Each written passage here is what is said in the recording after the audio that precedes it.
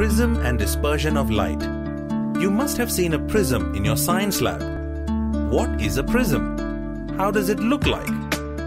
A prism is a transparent optical medium bounded by 3 rectangular lateral surfaces and 2 triangular surfaces which are parallel to each other. Of the 3 rectangular faces, 2 are well polished and are called the refracting faces. The 3rd rectangular face is grounded and is called the base of the prism. Let us consider the prism with triangular surfaces ABC and PQR and rectangular surfaces ABQP and APRC. BQRC forms the base of the prism. Here, angle A between the 2 rectangular refracting surfaces ABQP and APRC is called the angle of the prism. The angle of deviation is the angle made between the incident ray of light entering the first phase of the prism and the refracted ray which emerges from the second phase of the prism. When a white light is passed through one side of a prism, a band of 7 colors appears on the other side. Do you know how the ray of light is converted into different colors? This happens because of the phenomenon of refraction and dispersion. We already know that the angle of refraction depends on the color of light. White light is made up of a spectrum of colors, so each color will be bent by a different angle. Dispersion is the phenomenon of splitting of a beam of white light into its constituent colors.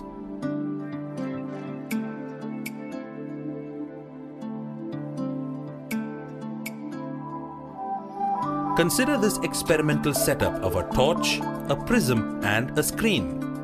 Take the prism and place a screen behind it. Now allow a narrow beam of white light to pass through the prism. This white light splits and we can see a band of 7 colors on the screen. Now place another prism between the first prism and the screen. The second prism should be placed in opposite direction to the first prism. When the dispersed light of the first prism flows through the second prism, it gives out a white light on the screen. From this experiment, you have understood that the prism can be used to split the light and the same can be used to combine the split lights. Have you ever wondered how a rainbow is formed? Why stars twinkle? Why the color of the sky is blue? Why do objects waver when seen through hot air? Or why the sun changes its color when setting? Let us now learn about all these phenomena in detail. We have seen rainbows when rain and bright sun happens together. Formation of rainbow is caused by dispersion of sunlight by tiny water droplets present in the atmosphere. Random wavering or flickering of the objects seen through a turbulent stream of hot air rising above a fire or a radiator is due to atmospheric refraction. In this case, the air just above the fire becomes hotter than the air further up. The hotter air has a refractive index slightly less than that of the cooler air. Due to variation in the refractive index of the medium, the apparent position of the objects seen through the hot air fluctuates. We have seen the stars twinkling in the night. When the starlight enters the Earth's atmosphere, it undergoes refraction continuously before it reaches the Earth. As a result, when we look at the stars, they appear to be twinkling. The blue color of the sky, the reddening of the sun at sunrise or sunset are all due to atmospheric scattering. The blue color of sky is because of the molecules of air and other fine particles in the atmosphere have size smaller than the wavelength of visible light. Hence, blue light, shorter wavelength, is more scattered compared to red light. At sunrise and sunset, sunlight enters our atmosphere at a shallow angle and travels a long distance before reaching our eyes. During this long passage, most of the blue light is deflected away and virtually all that we see coming to us from the sun is its red and orange wavelengths. Due to the scattering of light, the wood in the background is seen like behind a bluish veil. Have you seen the dust particles rising in the air when sunlight comes in through a window or door? Do you know what causes this? This is nothing but the Tyndall effect.